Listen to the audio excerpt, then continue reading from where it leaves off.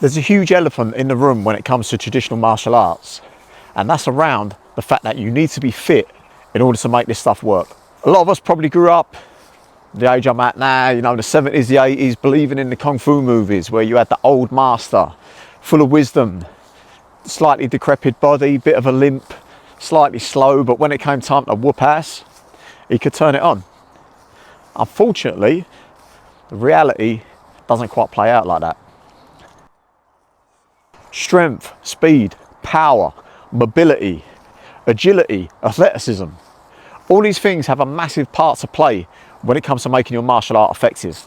When faced with a younger, faster, stronger opponent, they care very little for your time spent training, your rank, your position in the organisation, who you learnt from.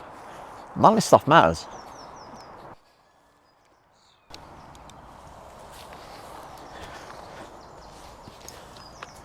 When it came to trying to popularise karate, for example, one of its major selling points when it came to getting viability on mainland Japan, which was predominantly a very upper class culture when it came to martial arts. Okinawa martial arts were looked down upon. It was something the peasants did. It was something for those country bumpkins, not something for the elitist Japanese class to have any involvement with whatsoever. But one of the major selling points of Okinawa karate was the strong physiques that it could develop. This enabled it to gain a foothold on the mainland, whereby it was valued as a way of preparing young men for military service. Somewhere along the line, we lost this requirement for physical fitness. So why is it controversial to say that you need to be fit and strong to be effective in martial arts? Well, the truth is it requires hard work. It requires discipline. It requires you to still get on the floor and sweat and work hard. And these are things that, you know, might come a little bit more naturally when we're young, but when we get older, this stuff becomes harder to do. And it also requires a degree of honesty. So a lot of people take umbrage with the fact that I state this as a truth, saying that martial arts shouldn't require being strong or fit or fast or young. But I'm calling bullshit on that.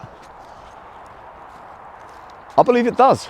Or certainly the martial arts that I've trained in extensively over the years. Goju-ryu has a requirement to be fit, strong and powerful and mobile.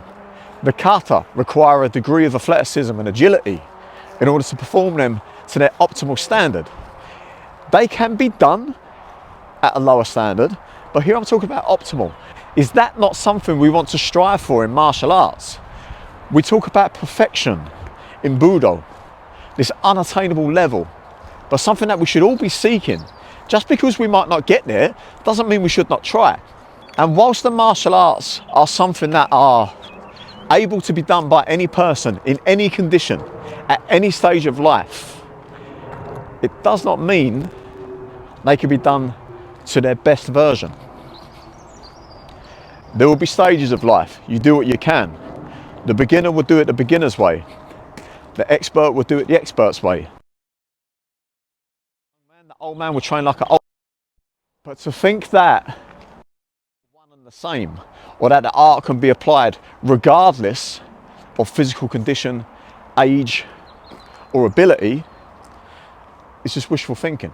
As martial artists, I believe we should hold ourselves to a higher standard, to not accept mediocrity, to not accept average, to strive for something a little bit higher than what a normal person can do.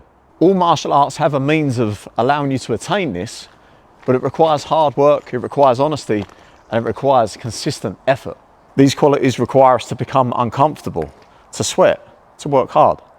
These are why these things are not popular and why you want to shoot the messenger.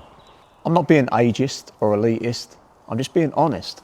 And I'm being honest about my position in life as a relatively, hello mate, I'm 44 now. And the younger guys, when I'm training at Muay Thai, whether I'm training at BJJ, they're faster, they're fitter. I keep myself in good condition, but they're still getting the better of me now because this is the natural progression of life. And it's not something I'm going to hide from. It's something I'm going to do the best I can throughout my life to maintain the best degree of athleticism I can, to be in the best state of readiness I can be if ever I need to call upon my martial arts. But to pretend that age, strength, size, fitness is not a consideration is just being delusional. And whilst it might be true that at the highest levels, should not rely on speed or athleticism, to get to that point requires a hell of a lot of hard training.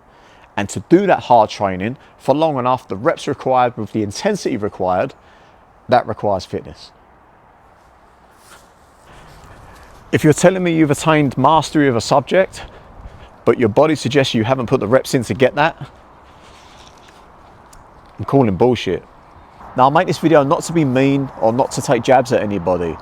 I just think that the reputation of traditional martial arts has been damaged so much by charlatans and through fakeness.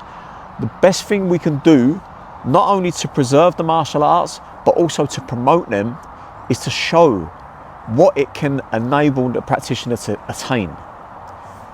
The physical fitness, the strong physiques, the attainment of skill, the ability to protect ourselves and live in a state of readiness. That does not require competition, that does not require sport, but it does require honesty, and it requires that we train hard and with the intensity of an athlete preparing for competition. Self-defense is not just about what happens on the street. Self-defense is about what happens every day, how we treat our body, how we show up to life, and our degree of preparedness to deal with whatever comes our way. If you're looking for a way to improve your physical fitness, specifically for martial arts, hit the link below, and I'll see you on the inside.